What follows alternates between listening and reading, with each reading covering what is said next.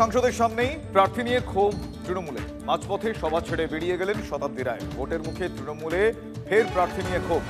মুরারই বিধানসভা কেন্দ্রে তৃণমূলের প্রার্থী বিদায়ী বিধায়ক মোশাররফ হোসেনকে প্রার্থী হিসেবে মানছেন না দলেরই একটা অংশ। মোশাররফের হয়ে প্রচারে নামতে নারাজ তারা।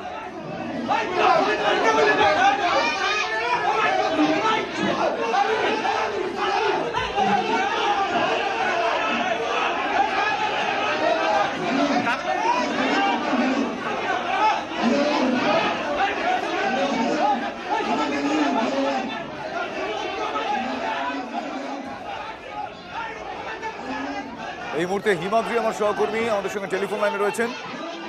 হিমাদ্রি, যে ছবি দেখছি, ক্ষোভ সামাল দিতে মুরারই দলীয় কার্যালয়ে বীরভূমের সাংসদও গিয়েছিলেন। সেখানে তৃণমূলের সভা চলাকালীন সাংসদের সামনেই বিশৃঙ্খলা বেঁধে যায়, তাকে বেরিয়ে যেতে হয় শেষ পর্যন্ত। এখন পরিস্থিতি কি, তারপর কি হয়? দেখো, তারপর কিন্তু শতাব্দী রায় সেখান থেকে কোনো ক্রমে দলীয় কার্যালয় ছাড়েন।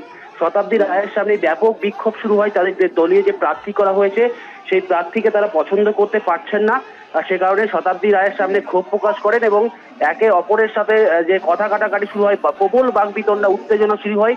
এরপর কিন্তু বেগতিক বুঝে শতাব্দী রায় সেখান থেকে কোনো ক্রমে কার্যালয় থেকে বেরিয়ে চলে যান। পরবর্তী ক্ষেত্রে কিন্তু শতাব্দী রায়ের সাথে এই বিষয়ে যোগাযোগ করা হলেও তিনি এই বিষয়ে কোনো কিছু বলতে নারাজ।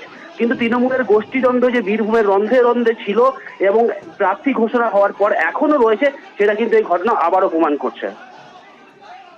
ধন্যবাদ।